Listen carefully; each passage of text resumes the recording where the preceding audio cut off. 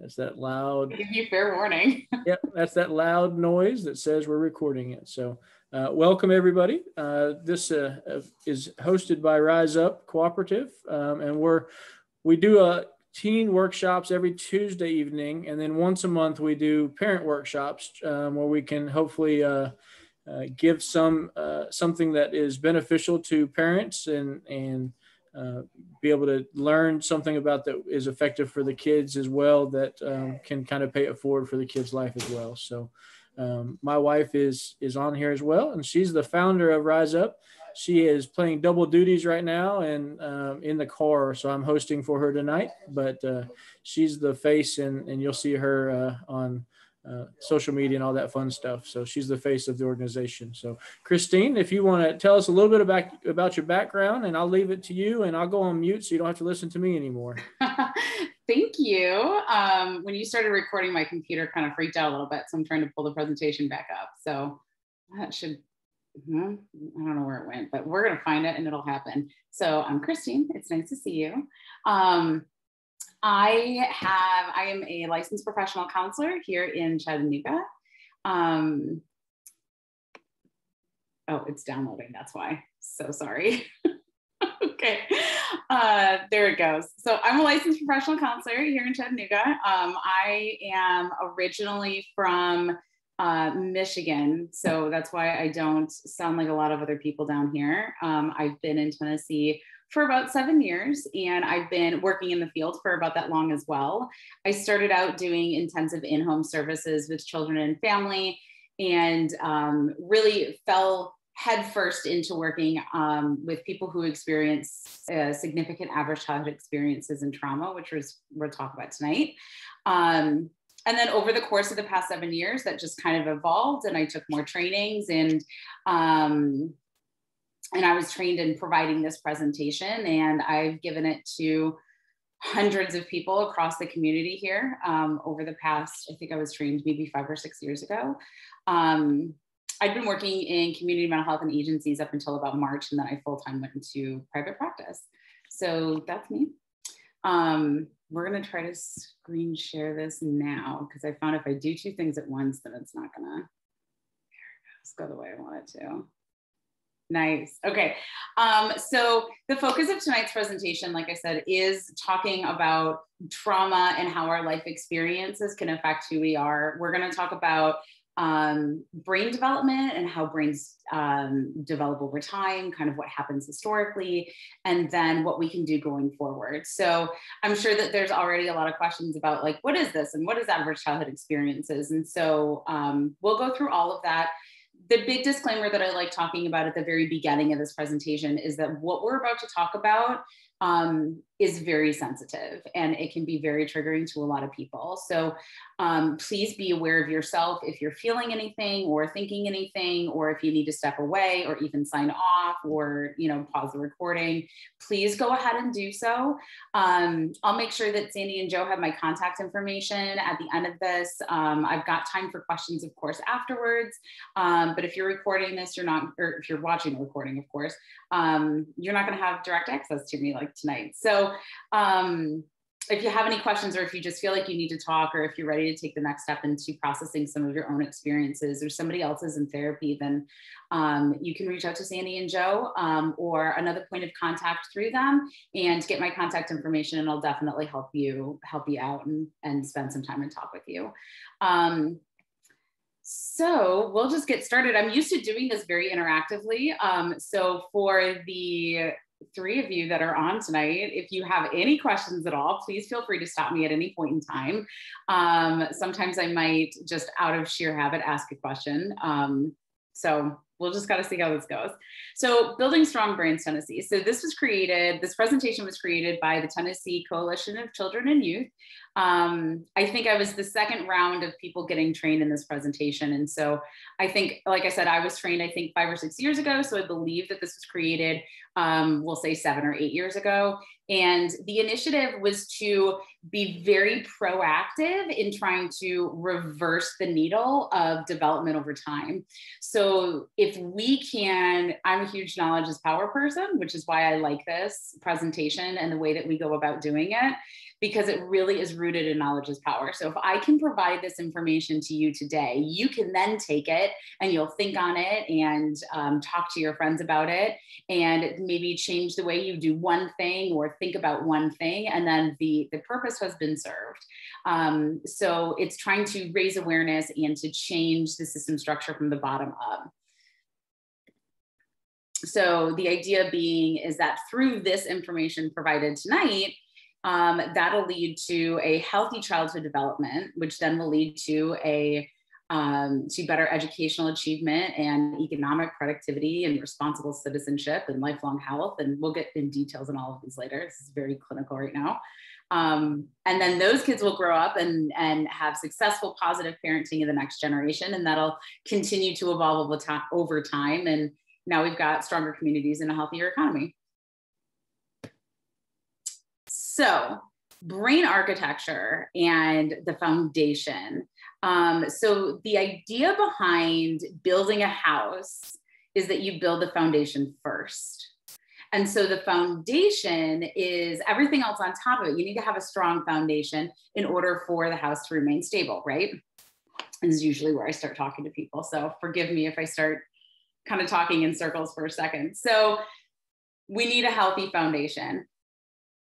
Brain development starts at conception. So a lot of people are like, okay, so brain development will start like, after we're born or somewhere in utero. It starts at conception. So the minute that the sperm and the egg gets together and starts multiplying, anything that happens in that mother's life is influencing overall brain development. That's in addition to anything historically that has gone on in both sets of parents' lives. And I'm not sure if there's a slide in this later on. I know there is in the longer presentation, but I'll talk a little bit about that later as well, that intergenerational experience. So we are going to watch a video.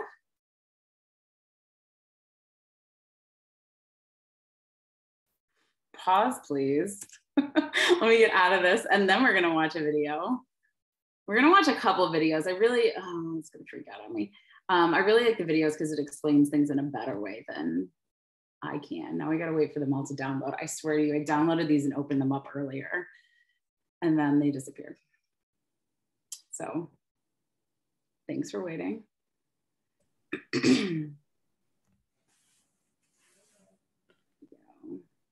Everything works until you want it to. Right, exactly. Can you guys hear that okay? We can hear it, we can't see it. Now you should be able to. A child's experiences during the earliest years of life have a lasting impact on the architecture. You can't see it? No, just the PowerPoint. What? Okay, hold on.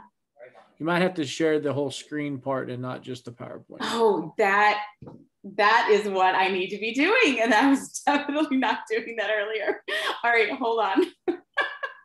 I'm so glad that you mentioned that. All right, we're gonna get in here. You would be surprised. It's basically every time we have somebody on, there's generally some sort of small technical difficulties as people have learned through Zoom and other facets. So. Okay. Okay, desktop, share. Now we can. You know? Yep. Yes. Okay, good. All right. We'll just go back like 2 seconds. Experiences during the earliest years of life have a lasting impact on the architecture of the developing brain. Genes provide the basic blueprint, but experiences shape the process that determines whether a child's brain will provide a strong or weak foundation for all future learning, behavior, and health. During this important period of brain development, billions of brain cells called neurons send electrical signals to communicate with each other. These connections form circuits that become the basic foundation of brain architecture. Circuits and connections proliferate at a rapid pace and are reinforced through repeated use. Our experiences and environment dictate which circuits and connections get more use. Connections that are used more grow stronger and more permanent. Meanwhile, connections that are used less fade away through a normal process called pruning. Well-used circuits create lightning-fast pathways for neural signals to travel across regions of the brain. Simple circuits form first, providing a foundation for more complex circuits to build on later.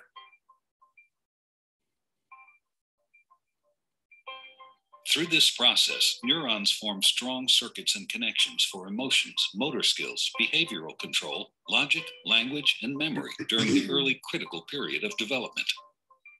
With repeated use, these circuits become more efficient and connect to other areas of the brain more rapidly. While they originate in specific areas of the brain, the circuits are interconnected. You can't have one type of skill without the others to support it. Like building a house, everything is connected, and what comes first forms a foundation for all that comes later.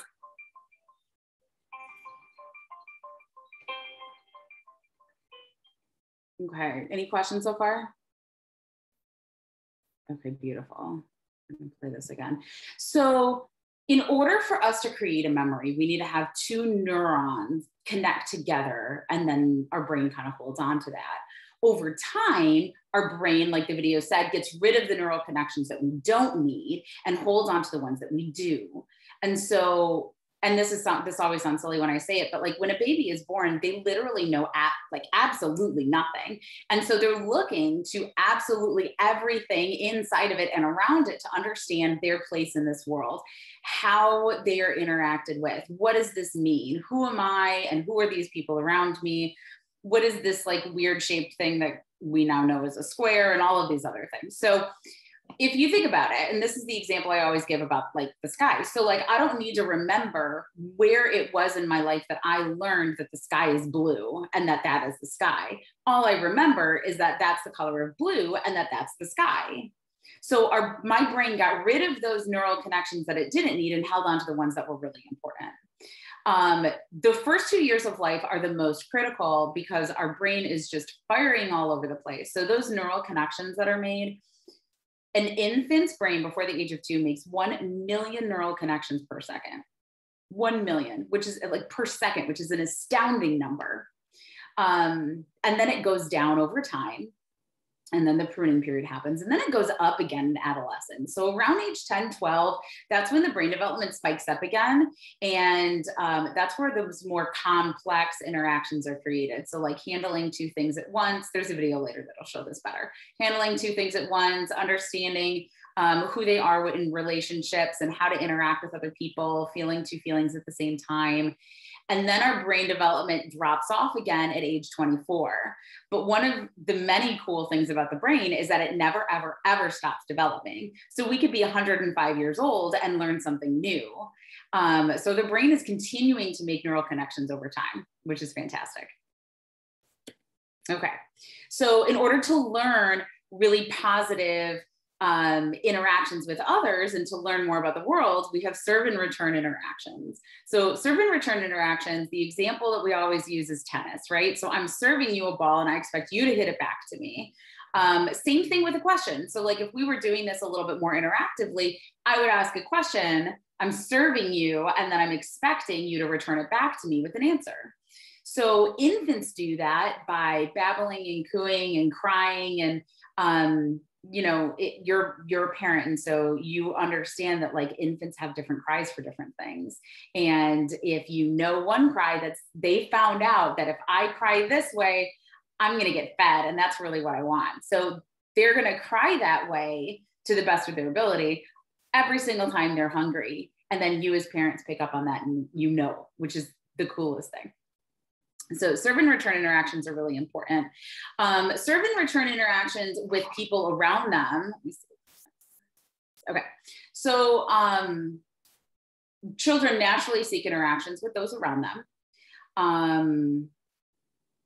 Anybody around them. So think about who is involved with your family. So you've got parents, sometimes there's grandparents, sometimes you have other caregivers like foster parents, aunts, uncles, cousins, you've got teachers, you've got law enforcement and emergency response teams, you've got doctors. If you're involved in your religion of choice, then you have the leaders at your church or other adults at your church that are taking care of your children. I use church, it could be synagogue or mosque or any other place of worship. The person walking next to you in the grocery store, I mean, how many times have you been walking through the grocery store and your child accidentally drops the toy and then some stranger picks it up and gives it to your child? So your child knows, oh, okay, so there's a positive outcome. So if I drop this and I'm panicking because I don't have this, then somebody else, there's some good in the world. Somebody else can give this to me. I don't know who this person is or who they are in my life, and I might never see them again. But this is good for me. Kids don't think that complex. Those are all like adult things. That's an adult thought process. But as a child, it's very, very simple, which we'll learn in a few minutes of, if this happens, I'm devastated and I could potentially die. And then as an adult, we're able to kind of fill in those blanks and understand that if I drop my toy in the grocery store, I'm not going to die. The world's going to continue to turn. I just can pick it up, or I can ask somebody else to pick it up for me. So serve and return interactions happen consistently throughout the day. And it's really important to have it be consistent. So as a parent, you want to make sure that like everybody else that's caring for your child is being consistent with the rules and regulations and everything that you're setting up in your own household too. Any questions or anything so far? Okay, cool. Thank you guys for nodding, by the way, and shaking your head. I don't have the chat feature open. Oh, there it is. Okay.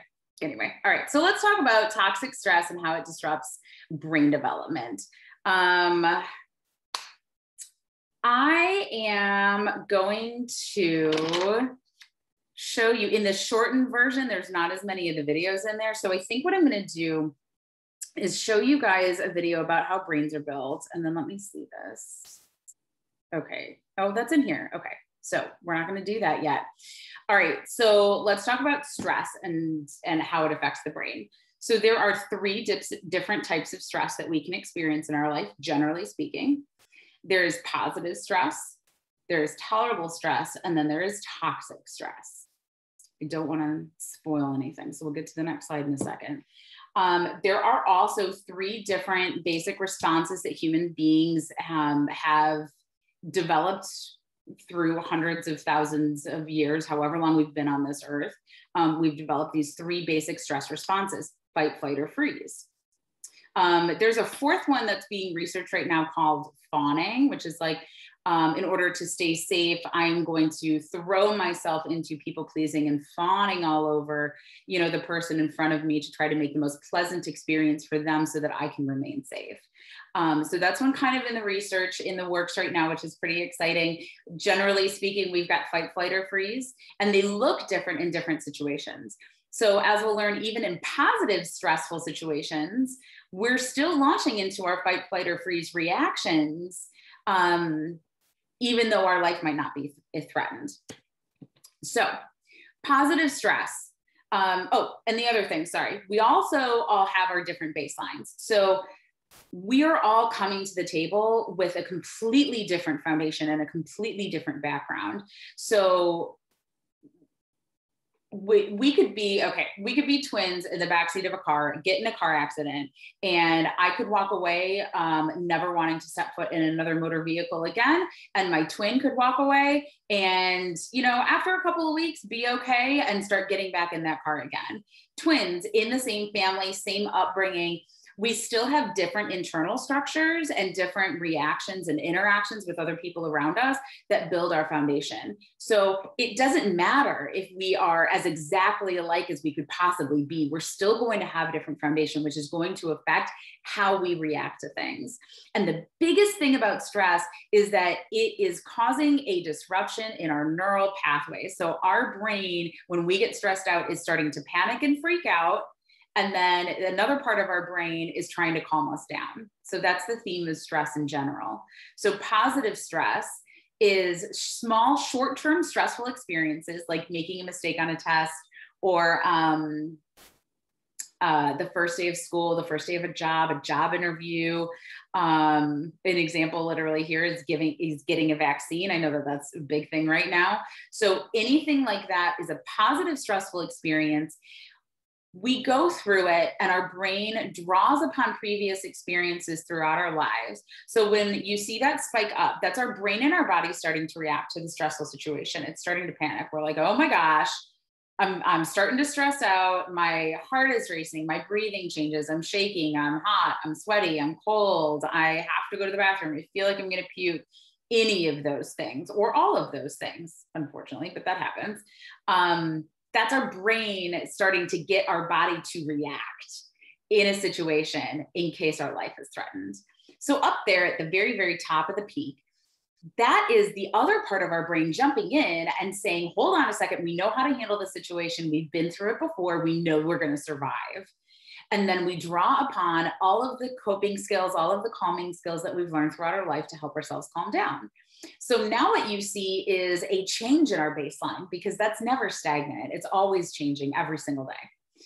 But the idea behind positive stress is that we're able to calm down and we're able to move on. Okay. Now we have tolerable stress. Tolerable stress is more complex and it's a bigger event. So the example we always give with this is the loss of a loved one, of a family member or somebody very close to you. Those spikes, the same thing happens, our brain spikes up, our brain tries to calm us down.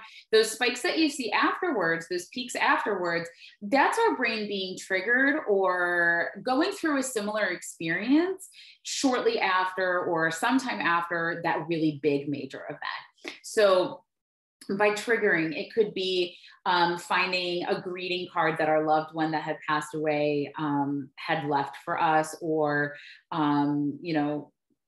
packing up or unpacking, holiday things months afterwards, a couple of years afterwards. It could be really hurtful if you just kind of remember them or have a memory, or it could be positive. An echo is like having another recent death shortly after that, or just maybe not as impactful. So a friend of a friend of a friend had somebody close to them pass away. That would be like an echo, something that's reminding you of this major event in your life.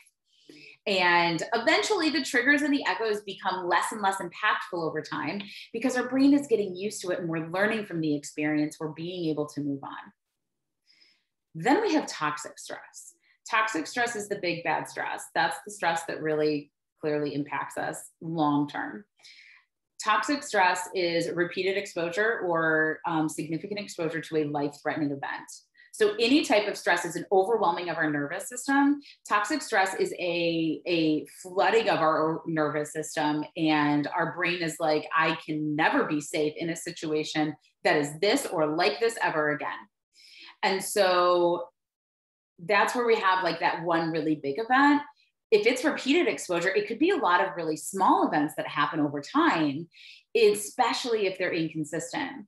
So that's where we're talking about physical, emotional, sexual abuse, neglect. We're talking about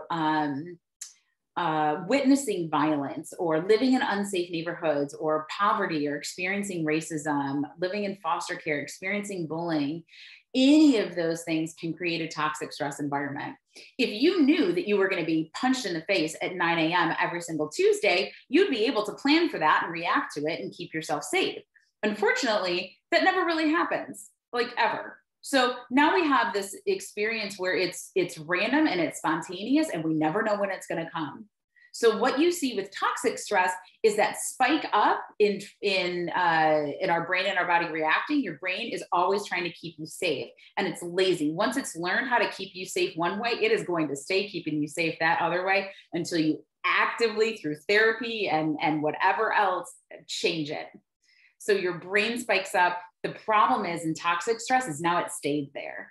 So now your brain is like, I have found out this is how we're going to keep everybody safe. We're going to keep ourselves safe. Now you have post-traumatic stress disorder. Now you've got trauma and stress reactions to things. So you've got kids running around who might seem like they have ADHD or even have been diagnosed with ADHD, but it's not really ADHD, it's trauma. So a lot of those same symptoms, anxiety, depression, ADHD, what most people think of as bipolar is changing your moods back and forth very quickly throughout the day. That's not bipolar. That's just having a really hard time understanding and regulating your emotions. Major outbursts, behavioral challenges, you can't sit still, you've got ants in your pants, you're moving around, really quick reactions to loud noises, constantly looking around to see who is around you, what is around you. All of those things, in addition to many more that I haven't even mentioned, is our brain working to try to keep us safe because of a massively stressful event. Does that make sense? We good? Questions, comments? Cool. Okay. We're going to skip over this page. So, okay. Okay, good. So we're not going to skip over this page. We're going to take 2 seconds on it. So there was a study done in the early 2000s with children who have been significantly neglected at Romanian and Ukrainian orphanages. And they ran PET scans on their brains. And so what you see is certain part of the brains. On the left is a healthy brain, and on the right is the brain of one of the children who had been neglected and abused during their time. So what you see on the left is the brain, it's pretty activated in red. It's pretty activated evenly throughout the brain.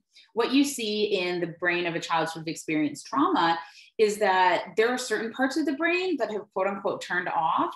So the brain will sometimes dim areas of itself in order to put energy and effort into other areas, whether it's healing after like a physically traumatic event, like a car accident or something like that, which is also emotionally traumatizing, but healing itself like a broken bone in a different way.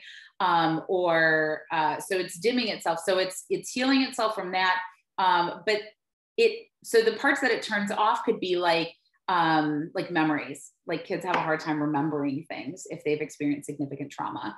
That bottom part of the brain, that is part of your brain stem. So if we think of this as your brain, and this is like the top part in the front of your brain stem is down here. That's where all your automatic functioning is. Breathing, heart rate, digestion systems, all of that's located there, including your stress responses of fight, flight, and freeze.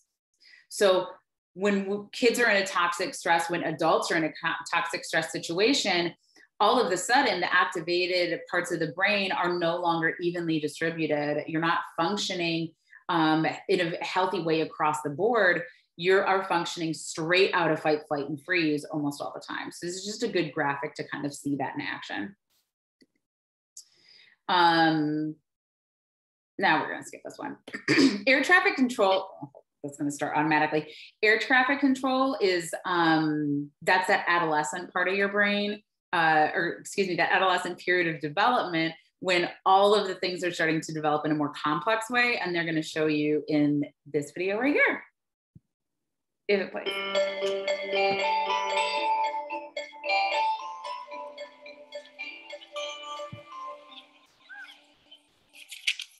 Science tells us that the experiences we have in the first years of our lives actually affect the physical architecture of the developing brain. This means that brains aren't just born, they're also built over time based on our experiences. Just as a house needs a sturdy foundation to support the walls and roof, a brain needs a good base to support all future development. Positive interactions between young children and their caregivers literally build the architecture of the developing brain. Building a sturdy foundation in the earliest years provides a good base for a lifetime of good mental function and better overall health. So just how is a solid brain foundation built and maintained in a developing child? One way is through what brain experts call serve and return interactions. Imagine a tennis match between a caregiver and a child, but instead of hitting a ball back and forth across the net, various forms of communication pass between the two, from eye contact to touch, from singing to simple games like peekaboo. These interactions, repeated throughout a young person's developing years, are the bricks that build a healthy foundation for all future development. But another kind of childhood experience shapes brain development too, and that's stress. Good kinds of stress, like meeting new people or studying for a test, are healthy for development because they prepare kids to cope with future challenges. Another kind of stress, called toxic stress, is bad for brain development. If a child is exposed to serious ongoing hardships like abuse and neglect, and he has no other caregiver in his life to provide support, the basic structures of his developing brain may be damaged. Without a sturdy foundation to properly support future development, he's at risk for a lifetime of health problems, development issues, even addiction. It's possible to fix some of the damage of toxic stress later on, but it's easier, more effective, and less expensive to build solid brain architecture in the first place. One of the things that sturdy brain architecture supports is the development of basic emotional and social skills, an important group of skills which scientists call executive function and self-regulation can be thought of like air traffic control in the child's mental airspace. Think of a young child's brain as the control tower at a busy airport. All those planes landing and taking off and all of the support systems on the ground simultaneously demand the controller's attention to avoid a crash. It's the same with a young child learning to pay attention, plan ahead and remember, and follow lots of rules. Like all of us, kids have to react to things happening in the world around them, while also dealing with worries, temptations, and obligations on their minds. As these demands for attention pile up, air traffic control helps the child regulate the flow of information, prioritize tasks, and above all, find ways to manage stress and avoid mental collisions along the way. Having this ability is a necessity for positive and level mental health. Developing effective air traffic control, overcoming toxic stress, and building solid brain architecture are things kids can't do on their own. And since strong societies are made up of healthy, contributing individuals, it's up to us as a community to make sure all young people have the kinds of nurturing experiences they need for positive development. To build better futures, we need to build better brains.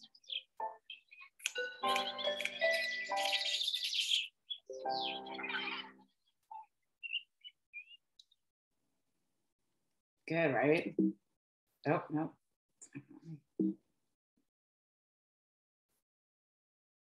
There it is. Okay.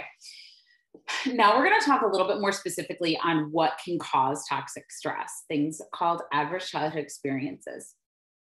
There was a study done in the 90s. An insurance company on the West Coast was getting all of these claims for all of these physical ailments. And they were really confused. And they were like, I wonder if there's a common thread with all of this. So they did a study, in a nutshell version. So they did a study and discovered that most people had 4 or more of these 10 specific things that have affected them. And these all happened to them before the age of 18. Good, there's gonna be a video on it. Those are great. So the higher number of ACEs you have, the more likely, not guaranteed because everybody is different, right? The more likely you are to suffer from other health ailments, from having more challenges with mental health and substance use, and then having lower graduation rates, academic achievement, finding it really difficult to find and maintain and hold on a job.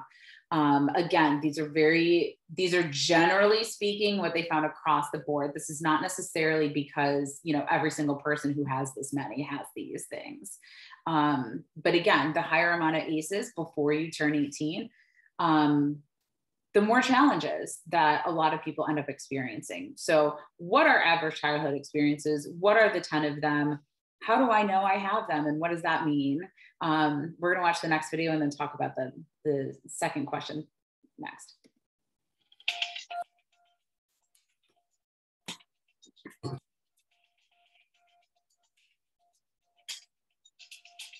What does your parents' divorce have to do with your risk for heart disease? If your mother had a drinking problem when you were growing up, are you more likely to suffer from depression as an adult? Here's what you should know about ACEs. ACEs stand for Adverse Childhood Experiences, extremely stressful events that can happen to a child growing up.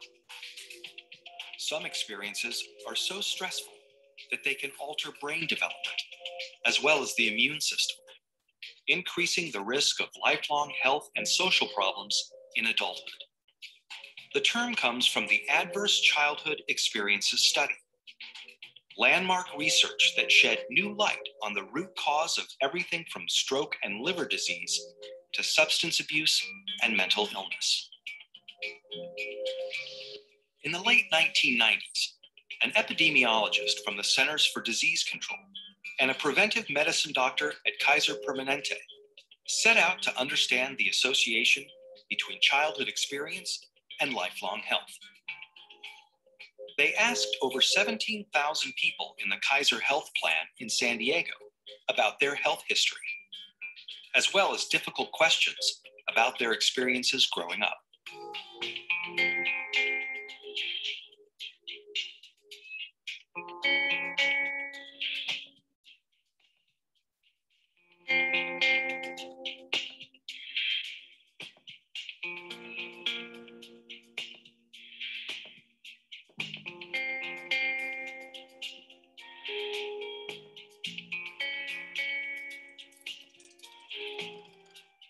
Anda and Felitti tallied up 10 different kinds of adversity in this largely middle-class and college-educated population.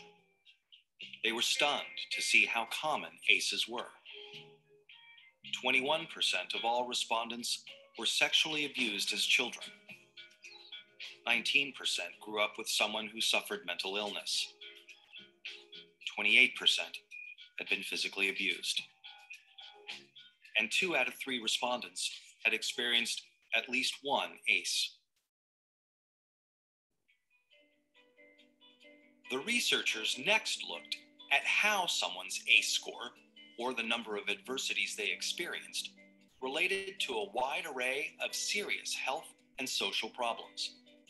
They saw that the more ACEs someone had, the greater their risk for poor outcomes compared with someone with no ACEs. Someone with an ACE score of 4 had twice the risk of heart disease and cancer. Someone with an ACE score of 5 had an 8 times greater chance of being an alcoholic. And those with an ACE score of 6 or more, on average, died 20 years earlier. With every major problem they looked at in the ACE study, the risk went up for each additional adverse experience in childhood.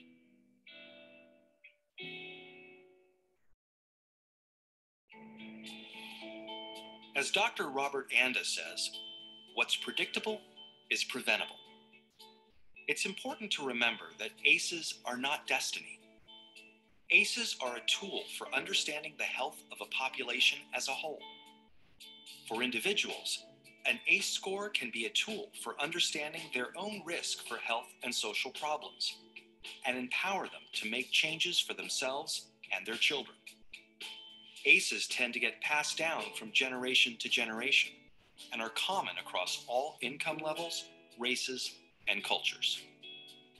But increasingly, people of all different professions and backgrounds are coming together to discuss how ACEs affect their communities. They're finding new ways to treat and prevent ACEs. Many doctors are starting to screen their patients for ACEs as part of their medical history. More schools are becoming trauma-informed, considering the source of problem behavior when disciplining their students, instead of immediately suspending or expelling them. To learn more about interrupting the cycle of adversity and improving health and well-being for the next generation, please visit kpjrfilms.co. Okay, so what we just saw was the video version of this pyramid. So at the very bottom, we've got average childhood experiences, which can disrupt overall neural development at the beginning of said time, the beginning of time, which then leads to disruptions in social, emotional, and cognitive development, which then can increase high-risk behaviors and disease and disability and social problems.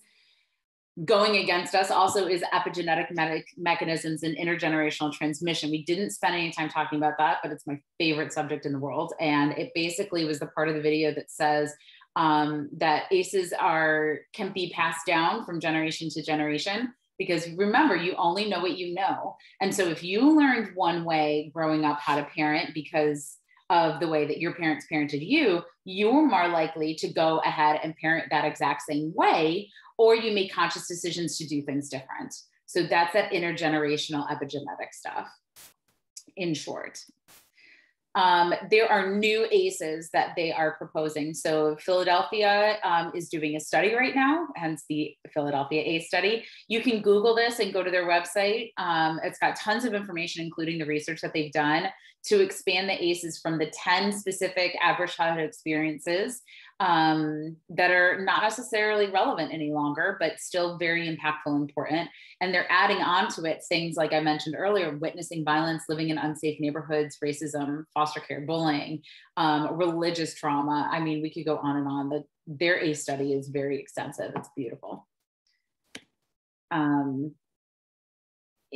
Tennessee decided that they wanted to kind of run their own experiment and do an ACE questionnaire. And they didn't get a whole lot of people responding, but what they did find was directly reflected. It was directly reflective of the original ACE study that was done in the 90s. At least 61% of Tennessee residents that were surveyed had at least one adverse childhood experience. 28% had 3 or more. So what do we do now? We watch a video about it.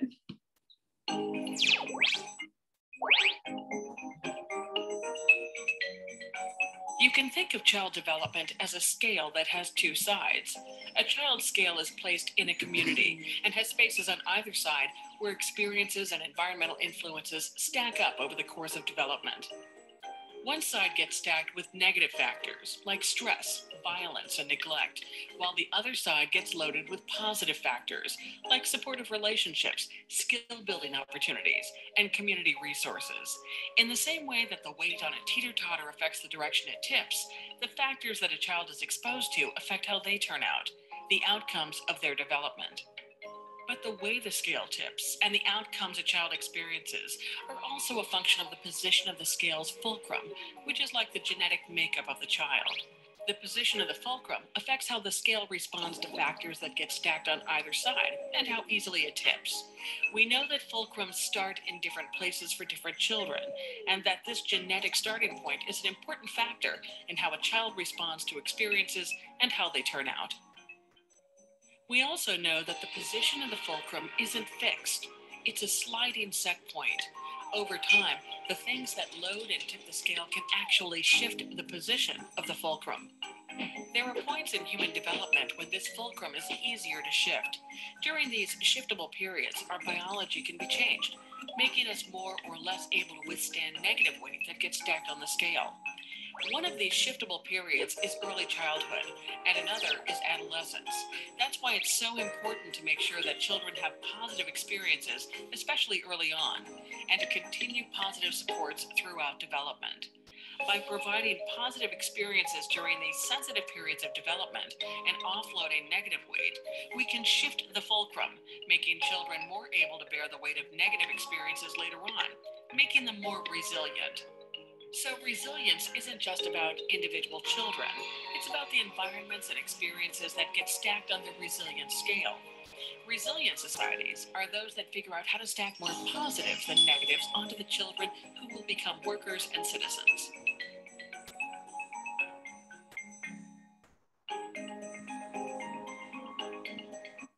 So the idea is that we end up having more positive experiences than negative experiences. But just like everything else, of course, it's situational per the person and the environment, and it changes over time. Well, the video basically said it beautifully, so I'm not going to repeat it.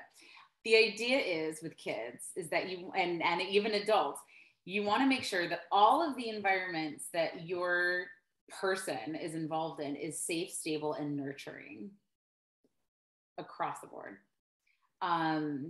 Positive experiences is a new study that's being done, and new resources coming out to kind of be the answer to, we talk all about this negative stuff and it's all really down and sad, and what do we do with it? And so this is the answer coming in to kind of be that alternative positive childhood experiences piece, which is really nice. So we're trying to find balance in the field too. Okay.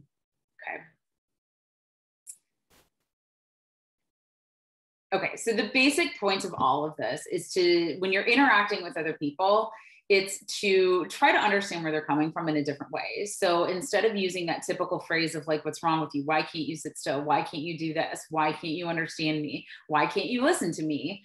It's what happened to you. So what's going on, or what have you experienced that is leading you to having a hard time right now? or in the home, like what is going on inside of you that's making it really hard for you to listen and understand what it is I'm trying to tell you right now.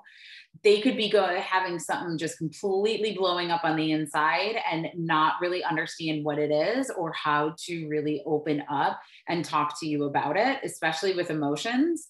And when you're learning everything that's brand new to you because you're a child, you don't necessarily know, like, is this a safe thing to ask my parent about when I'm feeling sad? Do I talk to them about it? So being the adult to open up that conversation and kind of foster that is massively helpful. If you need any more information at all, I feel like that went by really quickly and I talked really fast. If you need any more information at all, feel free to go to this website. It's got all of these videos in addition to other resources. I've also got tons of reading materials, so should anybody want them. And if you don't mind at any point in time to go ahead and take our survey so that they can change and tweak this presentation going forward, that would be great. And that's it. That's it for me. Do you guys have any questions? Do you want to talk about anything at all? I mean, it was definitely well put together, so we appreciate that. Absolutely. I think, you know, we actually have 3 children we adopted from foster care. So we have lived a lot of these scenarios and working, retraining the brain and reconnecting. But when things get pruned, so like we have a 9-year-old, so they have gone through the pruning stage. They're about to go into the hyperproductive stage of things. Like, is there extra that you can do to help reconnect or help redesign the brain mechanisms, you know, that repetitiveness or something in that regards? That is a very good question. This is where it gets kind of exhausting because it's doing the positive right thing all of the time. Even if you feel like you've done it 5 million times already, you keep doing it. Consistency is key. It is really, really challenging, especially with kids who are in the foster care system or like kids that you guys have adopted. If there was early childhood trauma, I mean, forget even any genetic or transgenerational stuff that they brought to the table.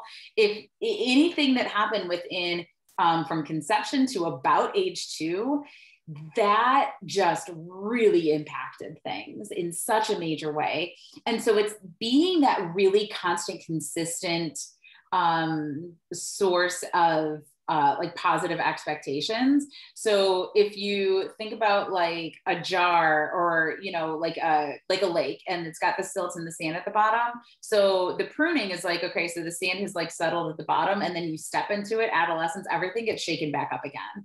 And so it's not that they're starting from scratch and relearning everything all over again, but a lot of the things that they did know, they will be challenged by again. So a lot of times as a therapist, if I'm working with children and adolescents and that are around the same time period, what I see a lot of the times is that they've gotten into therapy earlier on. So anywhere between birth really up until like 9, 10, 11, 12. And they haven't necessarily reached that puberty cutoff yet and kind of like being launched into adolescence. There's oftentimes a lull in treatment where everything kind of seems really stagnant. And I always have to have a conversation with the parents where we're just kind of like, well, let's just kind of take a break and hold off now. And then once adolescence starts up again, then we'll get back in therapy and then we can start working a different way. Because again, a lot of those complex thought processes, they don't have yet. So there is a lot of truth to like, we've done all the work that we could potentially do, but then once the brain starts firing again and things get shaken up, then we can continue work in a completely different way than what we've done before. Okay, that makes sense. Now you said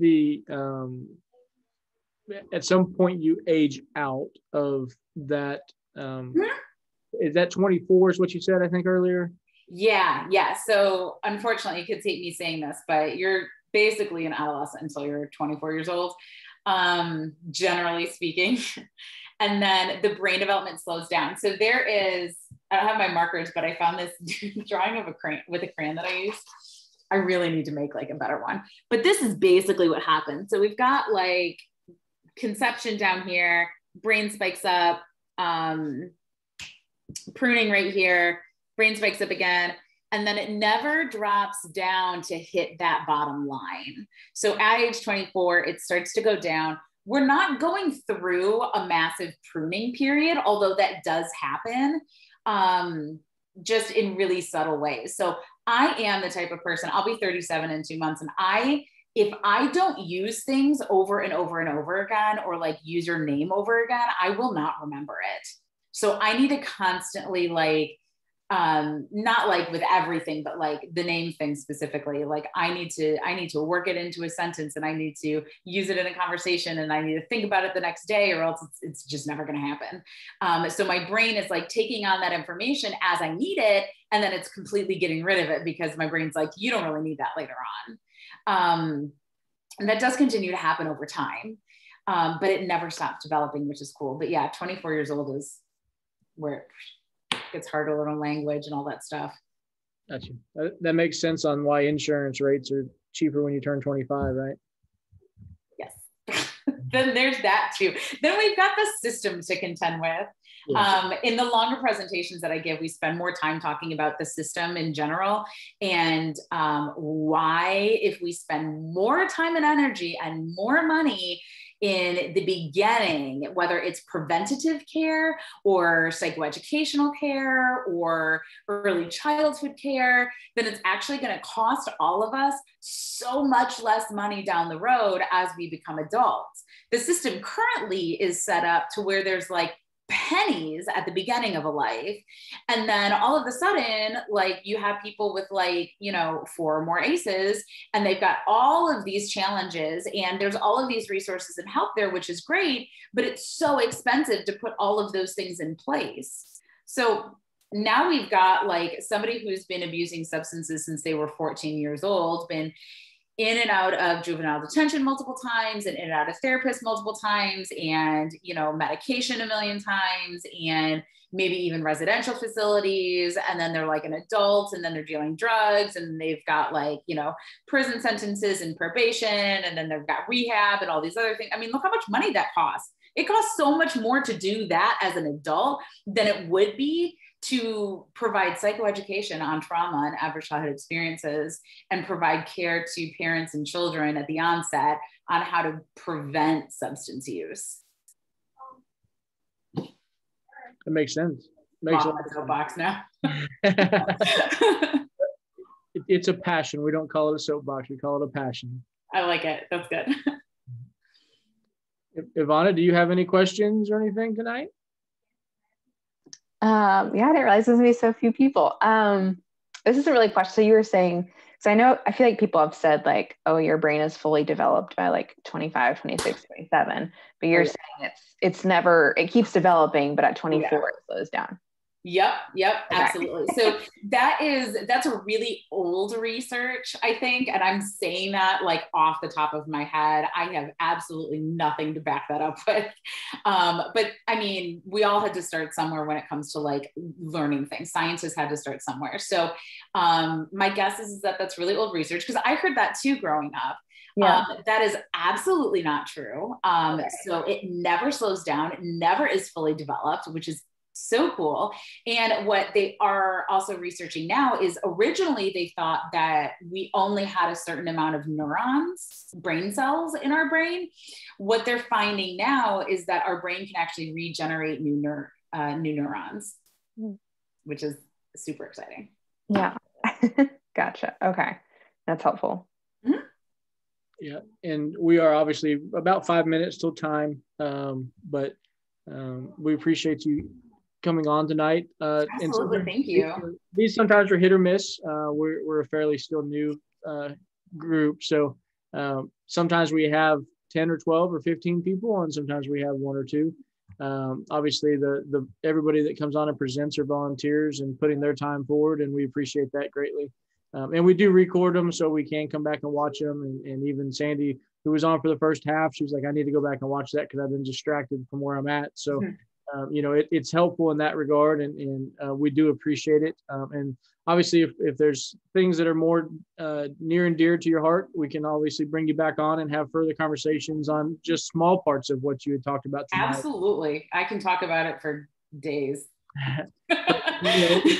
Details. So I learned a lot personally sitting here. So I was definitely, even though there wasn't a lot on, the information was very much informative, and I grasped a lot from it. So don't think your time was not used wisely in that regard. Oh, so, no, not at all.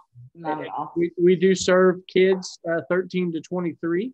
So we might need to extend that to 24 just to make sure we capture all of the brain activity there. But that's what we learn as we go through the process.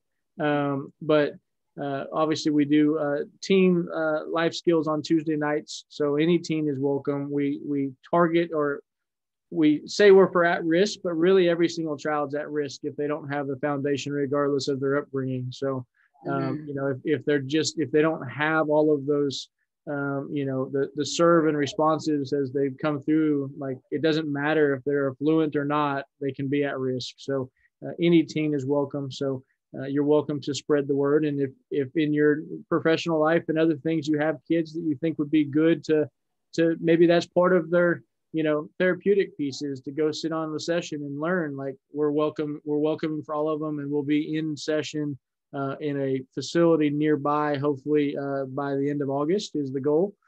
So we'll actually be boots on the ground and having classes on a weekly basis in live in person, which we know will be beneficial as well. Mm-hmm. But we appreciate your time and obviously pouring into this. It was very good. Ivana, do you live in the Chattanooga area? No, I actually live in Nashville. Nashville, okay. Yeah. Well, welcome from Nashville. Yeah, thank you. I have some friends in Chattanooga. Actually, one of them is a counselor. Okay. Cool. So yeah, but yeah, I'm in Nashville. Okay. Well, do you ever make it to Chattanooga area? I'm going in September, but not for work, for fun. But occasionally, I try to go. I used to go more. I feel like I haven't recently. But I like Chattanooga, and I have friends there, so I stay with them. Reason I asked, we were going to give away a $50 to a yoga, Luna Yoga. So it's in North Georgia. If you will send me your address just in the chat real fast, I'll give it to my wife. We'll send those to you. So the next time you're in town, you can do a session of yoga on us just for participating this today. Okay. So that way, it's kind of our way of giving things away through the process, and the folks that do show up live get something. So people that are watching the video later will go, oh man, I missed out on the opportunity. And that's what, it's good for the people that are live, and it's unfortunate for the people that are watching it later. So. Awesome. Oh, yeah. I could put my email in like the chat box or something, or. Yeah. If you do that, I can have my wife email you. You guys can exchange information, and that way she'll get it to you and get it taken care of for you. Awesome. Well, thank you so much. No problem. And I appreciate you joining in with us. Obviously, Zoom has been a necessary evil for the last year and a half, but it's been very good to let us actually bring in people that we would have never otherwise been able to give back to. So if you ever have anything in need, we obviously are only 2 hours away and looking to spread our wings at some point too. So. Oh, awesome. Well, thank you so much for having me. No problem. All right. Thanks, everybody. Thank you. Have a good night. Bye-bye.